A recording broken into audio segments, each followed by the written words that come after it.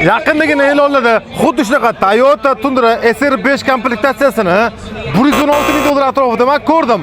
Ko'ramiz, 25 model, 24 ishlab chiqarilgan 9-oyda 4x4 93 ming dirham. Bu bo'ladi 25 ming 400 dollar atrofida.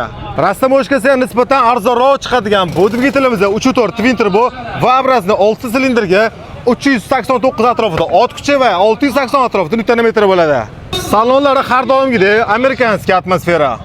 Mana shu muammo va mana shu muammodan boshqa men hali hech ko'rmayapman.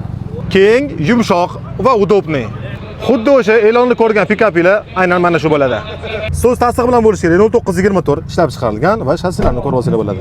Interyeri gap yo'q, salon top-toza ekan. Agar mabodo bizdan shu mashinani xarid qiladigan bo'lsanglar, O'zbekistonda turgan pikapdan rahmat. Bor yo'g'i bir 30 ming 25 ming atrofida ekon olib qolishinglar hech gap emas. Balonlari ham yengida, yaka hamma yaponskiy balonlarda.